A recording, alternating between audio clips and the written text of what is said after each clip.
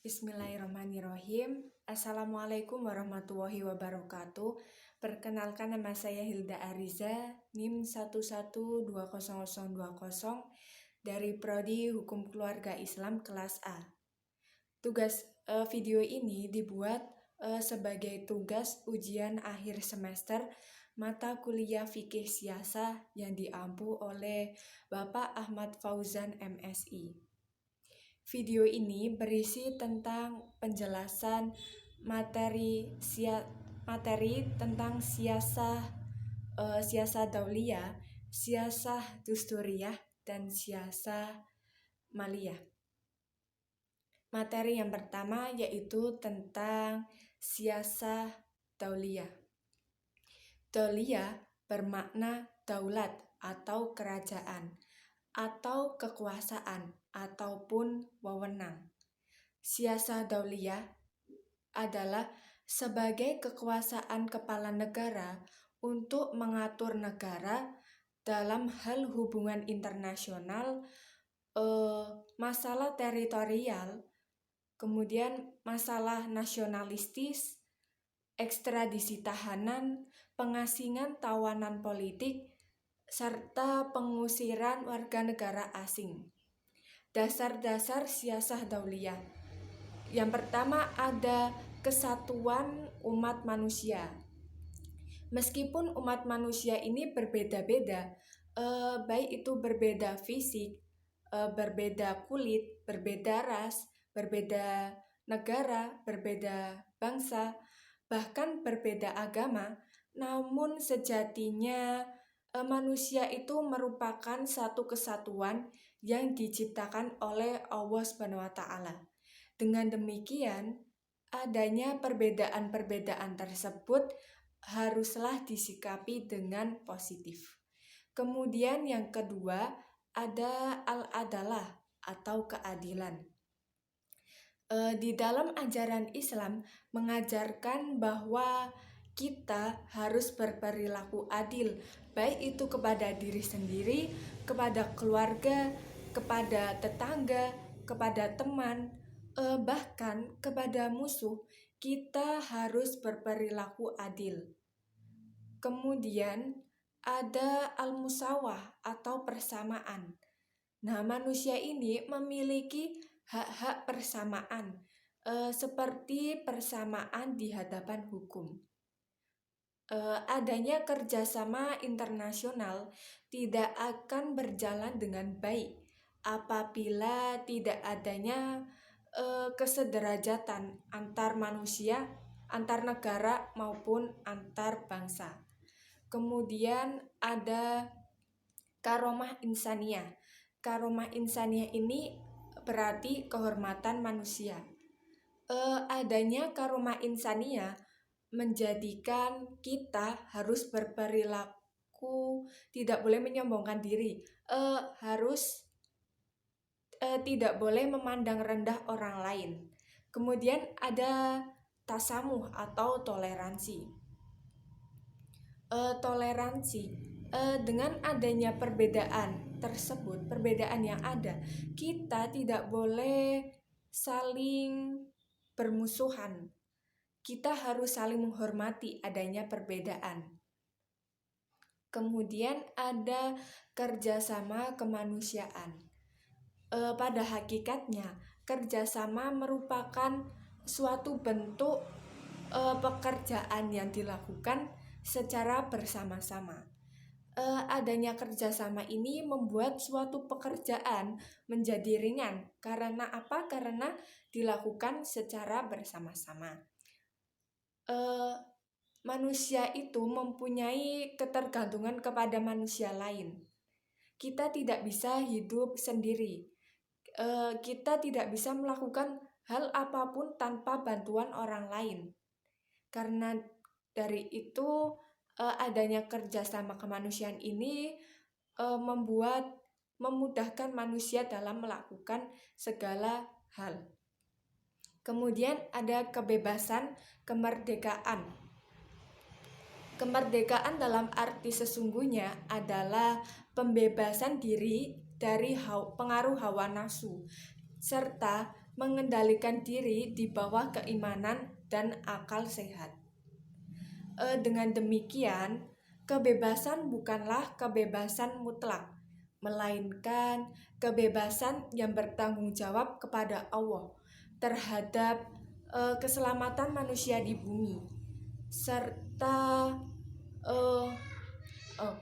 kebebasan diperinci seperti kebebasan berpikir, kebebasan berpendapat, kebebasan mencari harta benda, kebebasan menuntut ilmu, dan masih banyak kebebasan lainnya.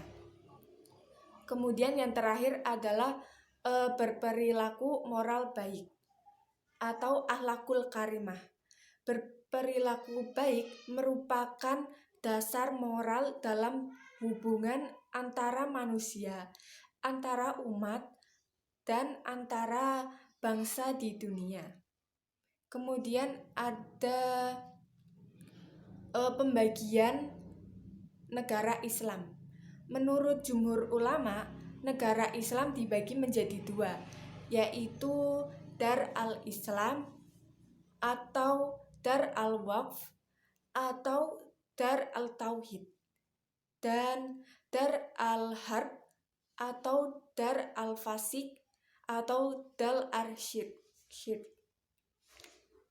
Kemudian ulama Syafi'iyah menambahkan Dar al-Ahad atau Dar al-Aman di samping keduanya. Dar al-Ahad ini adalah negara-negara yang berdamai dengan negara Dar al-Islam. Dengan perjanjian tersebut, maka penduduk di negara Dar al-Ahad ini tidak boleh diganggu jiwanya, hartanya, serta kehormatannya. Kemudian ada pembagian penduduk. Pembagian penduduk ini yang pertama ada Muslim berdasarkan penetapnya. Dibagi menjadi dua, yaitu mereka yang tinggal menetap di Dar al-Islam dan mempunyai komitmen untuk mempertahankan Dar al-Islam. Kemudian yang kedua ada mereka yang tinggal di Dar al-Harb dan tidak mempunyai keinginan untuk hijrah ke Dar al-Islam. Kemudian yang kedua ada Ahlu al-Zimmi. Kata zimah berasal dari kata jaminan atau perjanjian dan keamanan. Mereka mempunyai jaminan, perjanjian jaminan atau al-ahad Allah dan Rasul serta kaum muslimin. Mereka dalam arti orang-orang kafir memiliki dilindungi oleh kaum muslim berdasarkan akad al-zimmi. Kemudian ada mustakmin. Menurut ahli fikih, mustakmin adalah orang-orang yang memasuki wilayah lain. Mereka ini baik kaum muslim maupun harbiyun. Kemudian ada harbiyun kafir.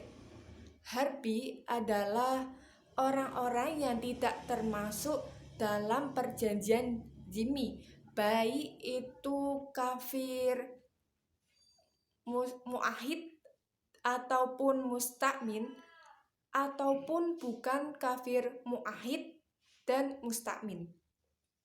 Kemudian yang materi kedua ada siasah dusturiyah.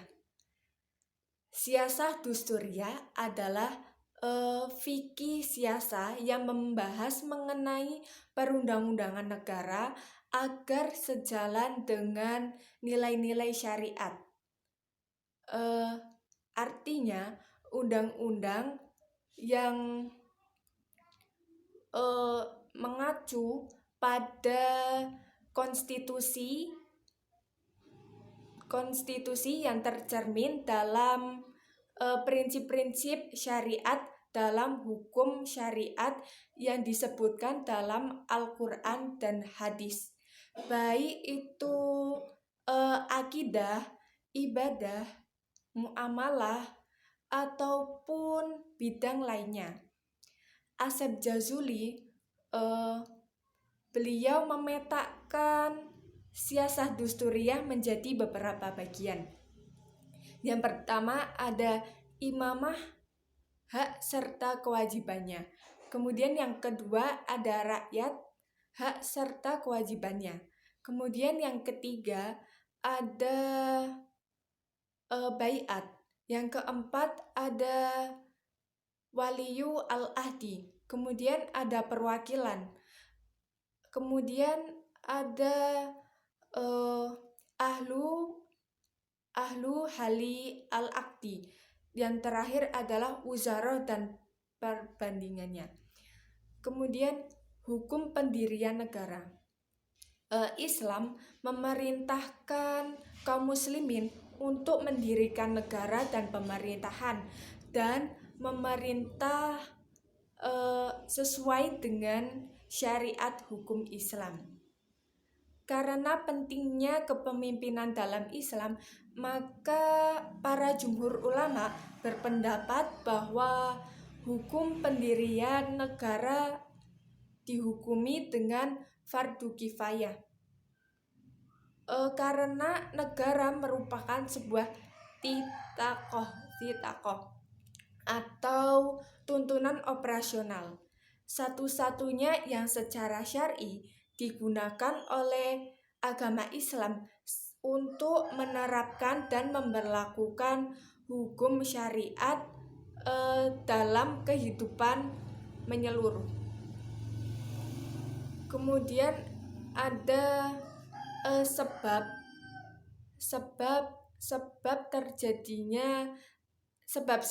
adanya aliran dalam pemikiran politik Islam.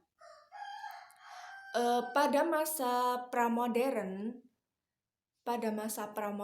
ini pemikiran politik Islam dipengaruhi oleh pemikiran Yunani melalui kajian filsafat. Sedangkan pada masa modern ini pengaruh pemikiran Barat terhadap politik Islam melalui imperialisme. Di kalangan umat Islam sekarang ini ada 3 aliran yang menjelaskan tentang hubungan antara Islam dan politik. Aliran yang pertama menjelaskan bahwa Islam adalah agama dalam pengertian Barat, yakni agama yang mengatur hubungan antara manusia dengan Tuhan.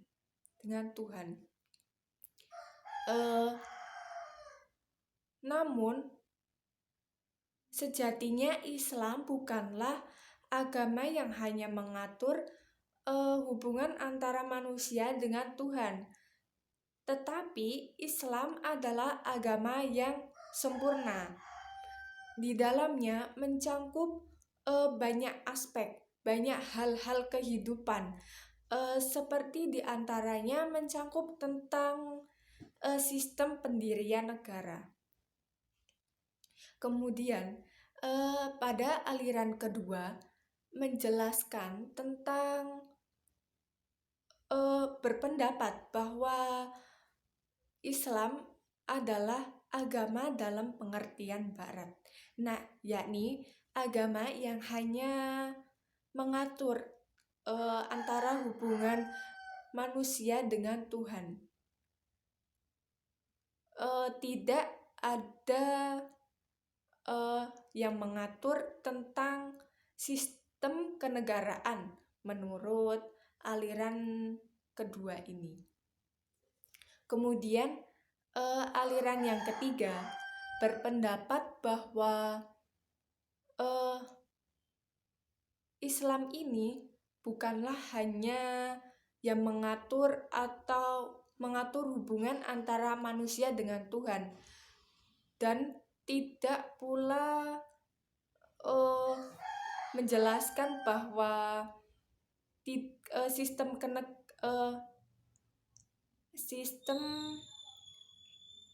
otoriter,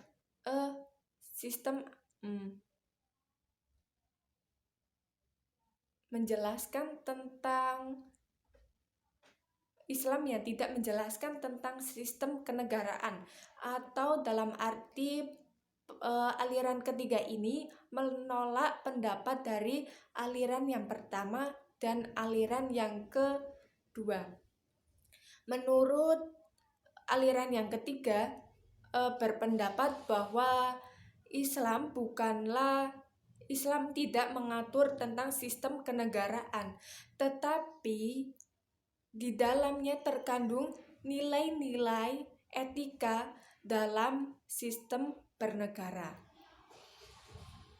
Kemudian yang ketiga, penjelasan atau materi yang ketiga ada siasah maliyah. Secara etimologi, siasah maliyah berarti politik ilmu keuangan. Sedangkan secara terminologi, siasah maliyah berarti mengatur segala aspek tentang pemasukan dan pengeluaran yang sesuai dengan kemaslahatan umum tanpa menghilangkan hak individu dan menyia-nyiakannya. Sumber dan konsep keuangan negara. Yang pertama ada Baitul Mal. Ketentuan syariat, baik di dalam Al-Quran maupun Sunnah, yang menerangkan tentang konsep Baitul Mal ini tidak ada syariat, tidak ada ketentuan syar'i. Yang ada hanya atsar dari para khulafaur rasyidin yang mempraktikkan adanya Baitul Mal dalam sistem ketatanegaraan dahulu. Namun demikian, Baitul Mal ini penting sebagai penyimpanan harta kekayaan negara yang bertanggung jawab atas kekayaan negara, baik itu pemasukan, penyimpanan maupun pengeluaran yang menjadi keharusan dalam sistem negara Islam. Menurut Ibnu Humam, ini pengarang kitab Al-Badai, berpendapat bahwa ada 3 konsep Baitul Mal. Yang pertama adalah harta dari zakat binatang ternak atau pertanian, dan harta yang dipungut dari para pedagang muslim. Kemudian yang kedua ada harta dari pembayaran pajak tanah atau upeti dalam pembayaran pajak. Kemudian yang ketiga ada harta pusaka milik orang yang sudah meninggal. Nah, orang yang sudah meninggal ini tidak mempunyai ahli waris. Kemudian ada haraj. Haraj ini adalah pajak tanah yang dibebankan atas tanah kaum non-muslim, dan dalam hal tertentu juga dapat dibebankan oleh umat Islam. Kemudian ada Usara al-tijarah. Ini adalah pajak perdagangan. Pajak perdagangan dibebankan atas orang non-muslim yang melakukan transaksi jual beli atau transaksi bisnis di dalam negara Islam. Ini di dalam perdagangan internasional hingga sekarang masih menerapkan adanya pajak perdagangan. Kemudian ada pajak yang dibebankan, pajak kepala. Ini pajak kepala ini yang mereka atau kaum kafir yang mendapatkan perlindungan dari Islam ini wajib membayar pajak ini, pajak kepala. Itu hukumnya wajib dan dibayarkan setahun. Kemudian ada pengeluaran serta pembelanjaan negara. Pengeluaran dan pembelanjaan negara diantaranya untuk yang pertama untuk mengurangi kemiskinan, untuk membantu orang-orang. Kemudian yang kedua sebagai pertahanan negara. Kemudian yang ketiga sebagai pembangunan hukum. Kemudian ada pembangunan infrastruktur dan fasilitas sosial. Kemudian untuk pendidikan. Sekian dari saya, kurang lebihnya saya mohon maaf apabila ada kesalahan atau tutur kata yang kurang berkenan. Wassalamualaikum warahmatullahi wabarakatuh.